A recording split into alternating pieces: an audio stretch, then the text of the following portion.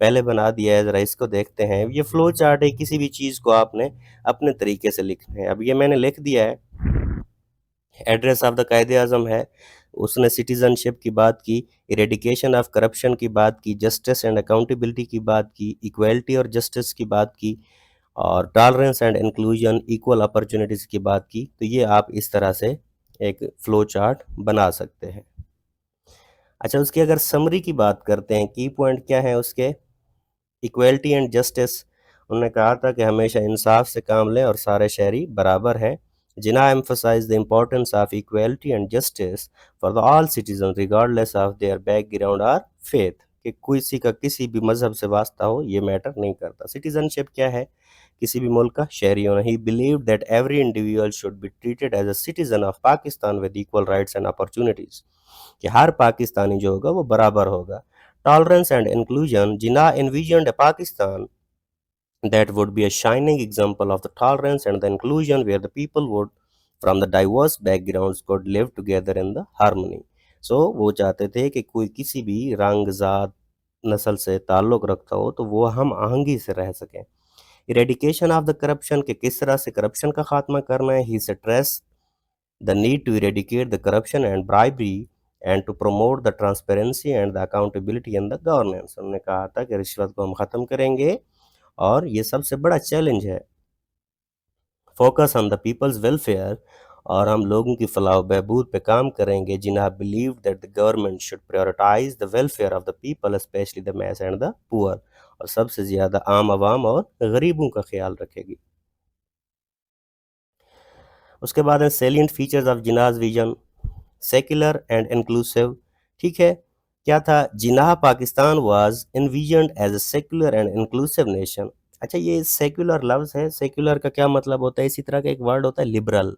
جب آپ کہیں پہ بھی سیاسی آزادی چاہتے ہیں تو اس کے لیے لبرل لفظ استعمال ہوتا ہے. جب آپ کسی بھی لفظ کے لیے مذہبی آزادی چاہتے ہیں تو اس کا سیکولر استعمال ہوتا ہے. مطلب دونوں کا فریڈم ہے. مطلب کہ جب آپ مذہب کو ایک سائیڈ کر دیتے ہیں تو قائد اعظم نے بھی یہی کہا تھا کہ یہاں پہ ہر بندہ برابر کا شہری ہے. where the people of all faiths and backgrounds could live together in the harmony، جہاں پہ سب ہم آہنگی سے رہ سکیں. equal opportunities، he believed in providing the equal opportunities to all citizens regardless of their background or the faith. تو وہ یہ چاہتے تھے کہ اس چیز کا کسی سے واسطہ نہیں ہے، سارے برابر ہیں. justice and accountability، Jinnah stressed the importance of the justice and accountability in the governance and the need to eradicate the corruption and bribery. انہوں نے کہا تھا کہ یہ ختم ہونے چاہیے.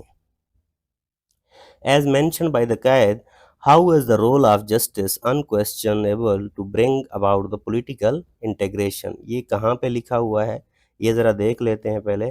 ہاں، ٹاک اباؤٹ دا ٹیکسٹ ہے. اگر یہ کوئی دیکھنا چاہے تو دیکھ سکتا ہے، نہیں تو آپ ویڈیو کو ختم کر سکتے ہیں. ٹھیک ہے. قائد اعظم محمد Ali Jinnah emphasized that the justice is essential for creating the equality and fairness among the citizens. Vital for the political integration, vital کہتے ہیں امپورٹنٹ کو، انٹیگریشن کہتے ہیں عزت اور وقار کو، کہ یہ ایک سیاسی وقار کے لیے بہت اہم چیز ہے. جسٹس فوسٹرز، جو انصاف ہوتا ہے یہ اس بات پہ زور دیتا ہے، اس بات کو پروان چڑھاتا ہے، a sense of belonging، جس سے ایک تعلق کی فضا پیدا ہوتی ہے، لائلٹی، مخلص پن اینڈ نیشنل یونٹی، اور قوم میں اتحاد آتا ہے. Making it a practical necessity for a stable and harmonious society, جس سے ایک ایسا معاشرہ تشکیل پاتا ہے جو کہ بہت زیادہ مضبوط ہوتا ہے. تو یہاں پہ ہمارا چیپٹر اینڈ ہوتا ہے. ہوپ فلی آپ لوگوں کو سمجھ آئی ہوگی. اگر کوئی بھی چیز میں نے آپ کے لیے آسان کی ہو تو اس کو لائک اور شیئر ضرور کر دیجیے گا. Thank you so much.